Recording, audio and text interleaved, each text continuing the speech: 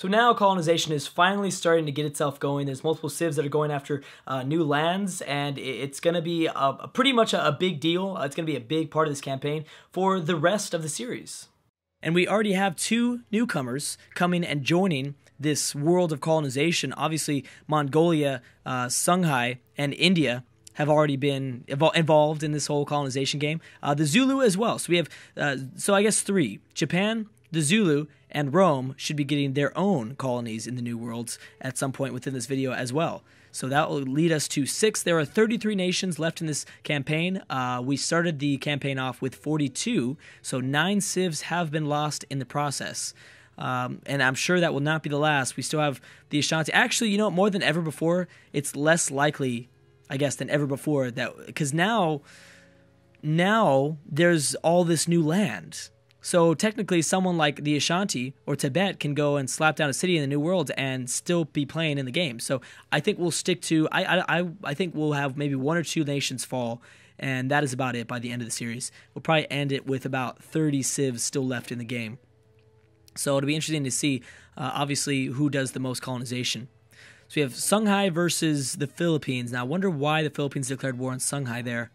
Could it be their colonization? Ooh. We also have Afghanistan joining in. So what is up with this coalition against Songhai? He did just peace out the Congo. Is it because he's weaker or what? I feel if anyone is going to go after Songhai, it'd probably be Portugal. At least they'd be the only one that does like major damage, embargo against Arabia. Arabia is pretty much done with the campaign. I wouldn't be surprised if they get destroyed at some point. But I think it would have to be from Greece. Actually, no, Assyria as well. Assyria could rock Medina, I think. Especially if they get open borders with Persia, which is super unlikely. But if they do, then that would be for sure. I guess Persia could also maybe do the same thing, but they're more concerned with their Indian-Afghan borders, more along the eastern part of the Persian Empire. And of course, there is still a huge, major conflict going on between Russia and Afghanistan. Back and forth. We've got Indonesia. Oh, and there it is. I didn't even see that for a while. Songhai just declared, or Portugal just declared war on Askia of Songhai. This will be interesting. Now, Songhai has 1 ship. Obviously, Portugal has dozens, and they're all over the place. But Portugal hasn't really left the Atlantic Ocean. Maria is deciding to just explore that region of the map, not going any deeper, any further. This would be a huge, huge grab if Portugal were to take over this city. Because like I said, I mean that would let them completely control the movement between the Mediterranean and the Atlantic, at least naval wise, which really hurts. Not really Rome. Rome already has coastal cities outside of the Mediterranean. They are not the biggest of cities though, so it's still kind of a big deal. But Greece is going to be stuck back there. The Ottomans have been stuck back there. It's just a big deal for them because then they can, produce boats, which I'm sure Porto has a very, very good amount of production that they're inside of Porto. Boom, that city's going to fall like nothing. Wow. Is Songhai trying to reinforce? They can try. It's not going to be very effective. And we have kind of these powers in Europe getting even closer. Now we have Carthage. Carthage and Portugal have already, Rome from the city of Carthage have already bordered Portugal in the past. But you're talking about Portugal reaching out and grabbing even more power in North Africa. People like shiny things. This doesn't really matter, but it's interesting to see the Champa have so much gold. India and Arabia have peaced out. And mainly, a lot of the Romans, it looks like, have been really focused. I forgot that Sweden and England are still at war. That's probably why these two civs aren't doing anything. They're too busy focusing in on each other when they should be working together, technically. Yeah, Rome is actually really, really focused on their North African colonies. Greece still trying to send over things to Thebes, and this is actually a good thing for most of the world because it has Ethiopia distracted, as well as Greece is very safe. Ethiopia has no navy as of right now. They can get up a navy, except actually maybe they can't because all of these coastal cities are puppets. So that is one thing that no one really has to worry about, that Ethiopia will never send over ships to you, no matter how powerful they get in Africa. Unless, of course, they annex those puppets, which is entirely possible. I've seen the AI do it a few times. It's not very likely, but they have done it a few times. Again, this only really presses my... I know the Congo have survived a lot of coalitions, but I think they will fall at some point. They've got to fall at some point. And depending on who takes this territory, it's going to be a big deal. It could be someone like Rome. Maybe even Greece, maybe. I don't know. Portugal bringing in all their reinforcements. I don't know where Rome is going. Songhai did a little bit of damage, but they're still going to have to fight multiple privateers. They're going to land riflemen as well. Maria is, that is. They probably destroyed a ship. Oh, I didn't realize that they could go after Songhai's colony. Completely forgot about that. Which would really screw them, because then they're stuck in Africa. Wow, the Philippines just declared war on Ethiopia. Now, where the heck did that come from? Obviously, like I said, it doesn't matter. Ethiopia has no navy at all. The Philippines are pretty strong, a lot stronger than they look. That must be a statement that they're trying to make. Well, this Filipino scout is probably going to get destroyed. That's for sure. Here comes the reinforcements. Like I said, France just sitting there doing nothing. Ooh. Oh my goodness. No way. Oh my gosh. All right. So Rome has decided to join the coalition. Who else will join the coalition against Ethiopia? You know who actually could do some damage? The Boer. They could easily take back Johannesburg if they're not too distracted with the Congo. I think they are looking more at the Congo here. But if Rome does enough damage to the Ethiopian military, I wouldn't be surprised if the Boer tried to take back some of their cities. The Congo could join in too. I mean, they have to move across these jungle tiles. That'll be difficult, but still. Mali's still trying for the Congo city in the northwest, but so I don't think the Congo will try to get involved at all. This is going to be an interesting matchup. This is going to be a very interesting matchup. Will anybody else join in? Also, what's this progress at? So they'll take it over in this turn. Portugal will probably lose a privateer in the process, but that's fine. So Greece is getting a little bit of support because there's a few frigates they control that they're able to like boom, boom, boom, shoot down. So they got a little bit of help from Greece. And if they're just stacking Memphis, they're going to lose Thebes. Wow, this is crazy. Europe reaching down into North Africa and now actually having going up against the strongest African nation to try to take even more territory. Bam! And there you go. Portugal has 2 cities in North Africa. Again, this is the first time we've seen this before. We have yet to see so much of kind of this is the most effective campaign I think we've ever seen the Europeans have. Because look at Portugal moving into North Africa. We see the same thing with Rome, and even Greece got involved. Greece isn't even that powerful, but they're having an impact. Ugh. Please, someone take my spot. All right, what do we have? Arabia and the Huns, Tibet and the Huns. They won't be able to do anything until Assyria joins in. And Arabia was embargoed, and my proposal didn't matter. Congo have peaced out with Arabia. Anything else that's going to go down? Mongolia might be taking over Mumbai very soon. That's what it looks like. They're not at war, but they might declare soon. Actually, no. Usually AI doesn't do that. They usually don't get open borders and then push back. And they, well, actually, I have seen that happen before. I take that completely back. Russia with a few settlers, but they can't escape. They are trapped inland. That is their biggest issue. And all the civs that surround them probably hate her. The Huns for sure, Mongolia for sure, Poland for sure, yeah. There's no way Russia would be getting open borders with any of those civs that they border. Now what does Portugal do? Does Portugal try to go after the colony? There goes the Zulu. Good for you, Zulu. Rome has already gotten up their city quite a long time ago. Few little battles going on here with Indonesia, and I don't know if that's, the Champa. We knew about that war. So we have the Boer declaring war on Korea and Arabia. Why Korea? Why did they declare war on Korea? Anything else?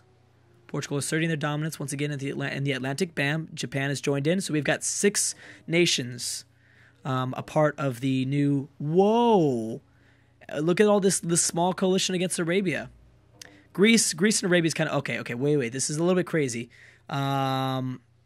Let me focus on these wars one by one to make sure that we're not going to miss something huge. So Rome and Ethiopia is huge. I don't know if they're going to be able to hold on to this city because whenever Ethiopia decides to reinforce with the units stationed in Memphis, I'm pretty sure these guys are going to do a lot of damage, and they're going to do it right now. I actually don't know if Rome has enough units over here to protect this Carthaginian city, to be honest. They might not. So Greece declared war on Arabia. And I think, like I said, if anyone's going to take over Medina, it'd probably be Alexander. Japan and Arabia, that doesn't mean anything. So I can just skip that. The Ottomans might be able to... No, because Syria's not going to give them open borders. And neither will Greece. So I don't think that means anything. Persia has joined in against Arabia. So there will be a race to take over Medina. We are going to witness that. This doesn't matter. We've got Rome and Korea. Okay, so that's another big one to join in. Why did Rome... So why are people declaring war in Korea? Greece doesn't matter that they declared war in Korea. France doesn't matter. Persia and Mongolia piecing out. Babylon joining in, but they probably will not get open borders. We've got Austria and Korea. Austria and Arabia. Holy crap, this is way too much. Babylon and Korea. I'm sorry, Byzantium. What? No, I'm sorry. Byzantium and Korea. Byzantium and Arabia. Is that everything? Assyria's joined in. Oh, okay, so it's probably going to go to Assyria. Never mind. We've got Indonesia. Did anybody else declare on Korea? Portugal did, and they did it. So they must have had maybe an alliance or a defensive pact or something. That's got to have been it. Oh, and that was the one I was looking for. The Philippines versus Korea. Holy crap. That is what I was looking for. And we've got two massive wars between some of the greatest powers in this world so far. That is Rome and Ethiopia. We've got ultimately the fall of Medina, which will probably go to Assyria. And then we have the Philippines versus Korea. Yeah, I'm sorry. Rome and Ethiopia versus... Yeah, Rome and Ethiopia. And then we've got the Philippines versus Korea. I don't think I'm missing anything else. Way too many wars have just popped up at once. But I don't think... Did anyone else declare war in Korea? That was a big deal. Like, if Japan joins in, like, that's who the Philippines really need on their side right now, is the Japanese. But I don't know if they have a friendly relationship. They're trading with them a lot, so maybe they do. All right, so this is the big one, though. Rome and Ethiopia, I think, is going to end in a stagnation, possibly. Maybe not. They might be able to take over Thebes, but I think ultimately Ethiopia will take that back. We'll have a race for whoever can take over Medina fast enough. Afghanistan and Sweden. Portugal didn't break out into any major wars, I don't think. There's no new colonization that's on the horizon, at least. They're probably... You know, Portugal might eventually peace out for that Shanghai city in North America. And this is kind of a problem, because you do have the Philippines splitting up, and we're seeing maybe the same mistake that Spain did when attacking Portugal, is the Philippines are spreading out their army. That's absolutely the worst thing you could ask right now. I didn't realize Mongolia had open borders through Korea. I wonder why they gave that up. Mali and Ashanti. All right, so we might also see the fall of the Ashanti here. But don't forget, the Mali's still at war with the Congo. So they might be too distracted by both of these cities. But Ashanti should probably fall. They just have a pikeman, crossbowman. There's one musketman, but still it shouldn't be able to... wow, and Rome did take over Thebes. That's pretty incredible. Shanghai also joined in against Ashanti. So we will see two civs probably fall. And that is Arabia and the Ashanti. So I guess my prediction might be wrong. I mean, I said we'd lose two more civs. But we're still very much in this campaign. Ethiopia did not take it back. I think maybe we'll lose even more than 30, like I predicted originally. I predicted 31, but yeah, looks like that prediction will not come true. With the Ashanti and the Huns. Ashanti and Austria piecing out. Okay, well, it doesn't matter. Ashanti are done. But I'm really interested to see if Rome is going to be able to hold off and hold on to Thebes. There's no freaking way. They're for sure going to get... the Ethiopians are for sure going to take it back now. They'll for sure take it back right now. I actually wouldn't be surprised if this battle completely teeter-totters back towards Ethiopia's side. I wouldn't be shocked. So Rome's going to for sure lose that Gatling gun now. And this Lancer. Yeah, Ethiopia just has way too many troops. And yeah, Mali have pretty much given up on the Congo. I don't think are they even at war anymore? I don't think I saw a peace deal. But maybe I might have missed it. Bam, there goes Ethiopia taking back Thebes. Huge rush for Medina. That could really go to anybody, I guess. Portugal not doing anything. Rome's trying to find their way to reinforce. They've got to get these riflemen back over on this side, or else they're going to be in a disastrous situation. Ethiopia they'll lose their colonies. Mongolia continuing to settle things. Mongolia continuing to going out and settle things. The Philippines they've lost some damage, but they are sending up more troops. They've lost units, but they're sending over reinforcements through, now they can move through Korean territory. There's still a lot left over. Portugal, I think we saw Portugal announce a war between Korea, right? But we didn't think it was going to be anything that big of a deal. I guess Portugal going to war with anybody is a big deal now. India might be going for another city, another new world city. All right, so Medina will probably fall. Russia and Afghanistan, I believe, are still at war. Nothing has happened between those two nations. Mongolia just focused on colonization. I didn't realize this. A lot of the Korean ships are not going to be able to contribute to the war here because the Japanese have not given open borders anymore. I don't think the Champa are going to give the Koreans open borders either. So they don't have to fight as much, and because of these submarine units that are coming by, they might have a chance of maybe sinking a lot of this stuff.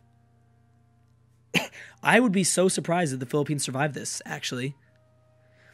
Ethiopia, there goes Ethiopia declaring war on Babylon, which is going to distract them heavily from pressing forward against Rome. I figured this would happen. They might start sending troops across to the Red Sea, to Mecca, to attack the final Babylonian city. We might see something like that. What happened? Greece was the one to take it over. Wow. Shocked by that. I didn't think that it was going to be Greece. I thought it'd be Assyria or Persia. Yes, very shocked by that. I was not suspecting something like that would happen. Let's check on the Koreans. How are the Koreans doing? There's no way they can be that effective against these submarine units. These chiller ships are kind of out of date, to be honest. They're a little bit out of date. Lots of submarines. They need to reinforce these submarines to the north, though. Oh, but they might not have open borders. Oh, they don't. They don't have open borders with the Champa either. So these neutral nations are really causing a big impact. They're causing a massive impact because the Champa and the Japanese have not taken a side. Boom, the Ashanti have been destroyed by Mali. Okay.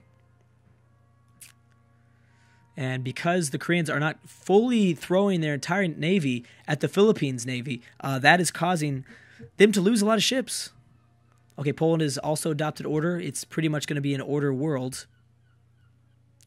And boom, so the Ashanti have finally fallen. We might eventually see Mali become the other superpower inside of Africa if they ever decide to turn their back on someone like Songhai.